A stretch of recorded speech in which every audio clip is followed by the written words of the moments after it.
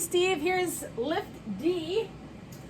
You're going to need a step, probably lighter dumbbells and maybe a little heavier dumbbells, and your band. Okay, so we're going to start with step-offs. So you're going to start by stepping up onto your box. You're going to come off to the side, and you're just like going to be stepping off the box. But we're not going to be really trying to necessarily touch the ground. If you want to, your heel can kiss the ground, but it's not going to really put any pressure down on it. So it doesn't really matter how high your box is because you don't necessarily have to go all the way to the floor. So from here, we have one leg on the box. We have our tripod foot. Our hip sinks back as we lower down. Under control, the heel can just touch the ground if you can get to that point. If not, that's fine. Just come down to where you can. That might be to here. And then you just come right back up. So there's no right or wrong to the depth, but I want you to challenge the depth that you can go down to. Again, if you need to hold on to something just lightly, just for a little balance help, then you can do that. But I want you to really try to challenge your balance, come down, and drive back up. Again, we're always focusing just on the leg that's on the box. Coming down under control, coming up under control. Doing 8 to 15 reps on the one side, and then switch to the other side. See, I'll do it from the sideways view so you can see maybe a little better, different angle. So our leg is on the box, our toes are up, our heel is coming towards the floor as our hip sinks back, and then driving through the leg on the box to come back up. We come down, lightly tap, or just come to where you can comfortably come down to. Again, even if it's just coming to here and then coming back up. Okay, so all reps on one side, all reps on the other. Then you're going to grab your lighter dumbbells. We're doing a rotational overhead press. So we're going to start with our weights at our shoulders. And you're going to kind of be doing like a pivot with our legs. So we're going to be doing that. And as we pivot, we're going to press up overhead. Okay, so if I'm pivoting to my left, my right foot is pivoting, my right arm is pressing up. It's going to come down. I'm going to pivot to the other side, and my left arm presses up. Come down under control. Rotate. Throw the punch up. Keeping our head in line with our spine the whole time. Core is strong. The pivot glute really fires as the arm presses overhead. And again, we do 8 to 15 on each arm, and then go back to the step-offs and do 3 rounds. Our next grouping is a runner lunge and a rotational bent row. So for our runner lunge, you're going to pretend like you're a runner in the starting blocks, and then you're just going to be coming straight up. So if you have your, I'll do it this way, one leg forward, one leg back. We're coming down, so like we're in a starting sprinter position. Okay, so from here, we're driving through the leg on the box to come through. We're not almost like dragging this other foot through. We come all the way up like we're sprinting, and then you come down, reach your hand towards the instep of your other foot, drive, and come through. So now, if you can't get that depth, that's okay. Just come down. You can almost slide that foot back to where you can comfortably go. Your hand doesn't have to touch the floor, and then you can almost slide that foot back up. You can even leave the foot on the floor, and you're just mimicking a running position. So you come down, the opposite arm goes back, this hand lowers down, you drive through the leg on the floor, and you come up. So you're just going to be coming from down to up, down to up. So if you can see that mimicking of the running stance. So again, from this side, balance on this leg. You can even slide the leg back if you want, and then use that leg. But again, we're focusing just on the leg that's stable to do all of the work. Coming down, pulling ourselves up with the leg, not with our back. Okay, so that's our runner lunge, 8 to 15 on each leg. And then go to the rotational bent row. So for our rotational bent row, as you can see, we're doing a lot of balancing stuff because I know that's something you wanted to work on. So we're gonna be in our staggered stance lunge position. We're gonna hinge forward like you would do a normal bent row, except this time we're gonna rotate a little bit over that foot. So our chest is almost pointing to the outside of our foot, and then we're gonna row from here. So we're really, that outside of our glute is working, and we're getting the arms to do some good work here as we do that. Come up, and then we can switch to the other side. So we're in our lunge position. We're going to hinge forward. So we're in our bent row position, but now we're going to rotate around our front foot. So our front hand is almost over our front foot, and we're going to do our row from this position, which is really going to make that glute have to work harder. And then we'll do all 8 reps. So do 8 reps on the one side, and then do 8 on the other. If 8 is too much, then do 5 on one side and 5 on the other, so you get a total of 10 reps. You can do it that way too. So you get the rotational bent row and the runner lunges, 3 rounds. Then we go to the next grouping, which is our 1.5 lunge.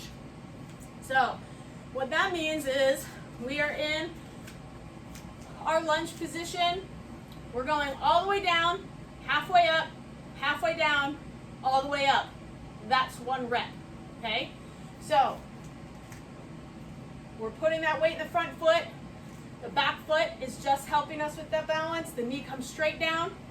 Okay, so we lower down, almost knee to the floor, but it's not going to touch.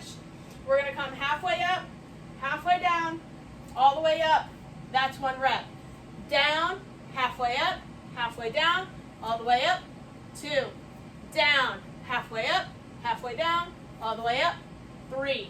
Okay, so we're going to do 8 of those, and then we'll switch to the other side and do the same thing on the other side.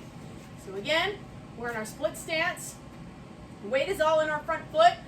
We lower all the way down, halfway up, halfway down, all the way up. 1.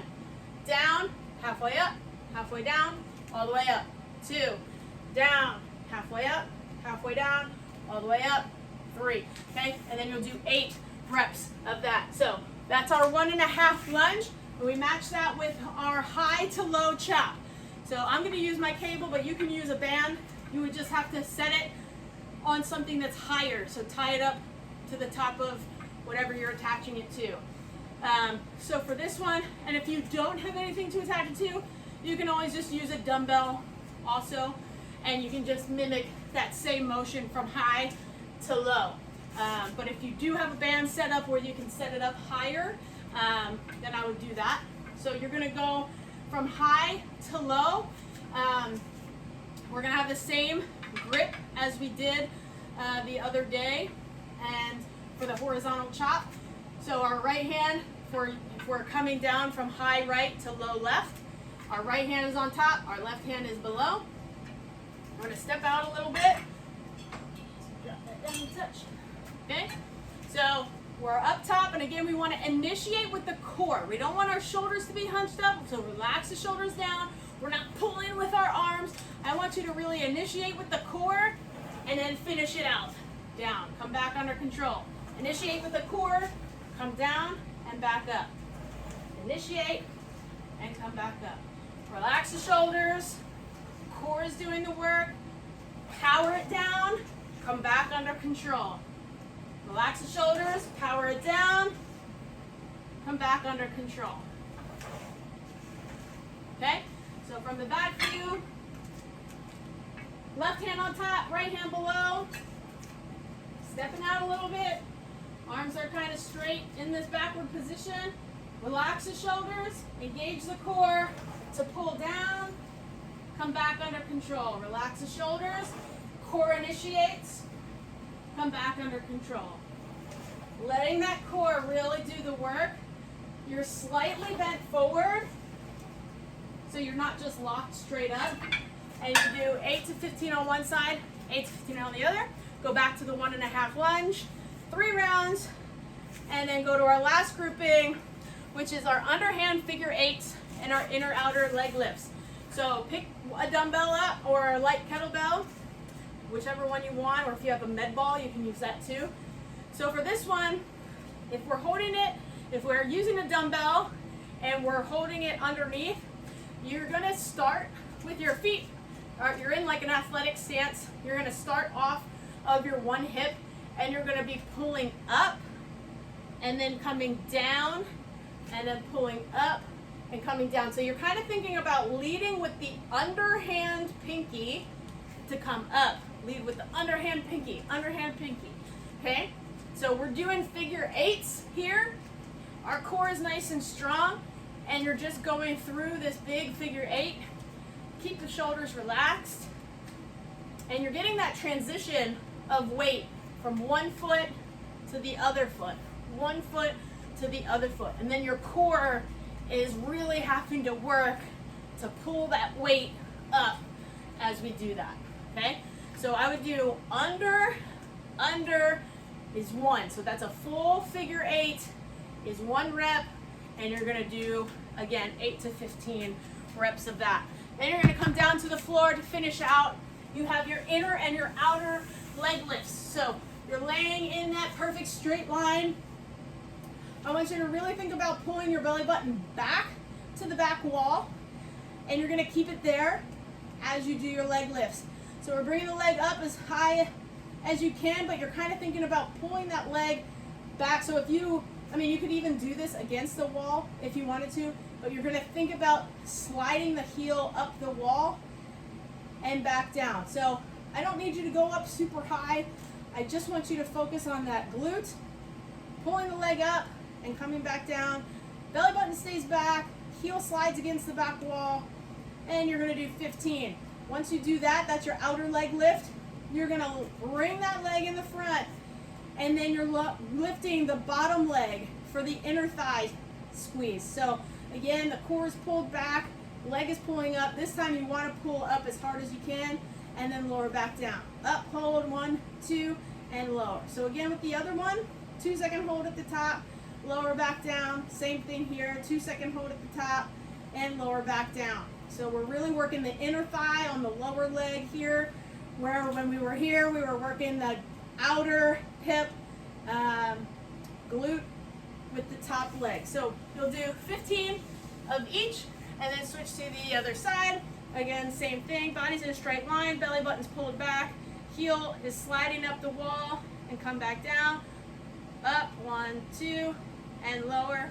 Up, 1, 2, and lower. You do 15. Bring the leg forward. Leg is nice and straight.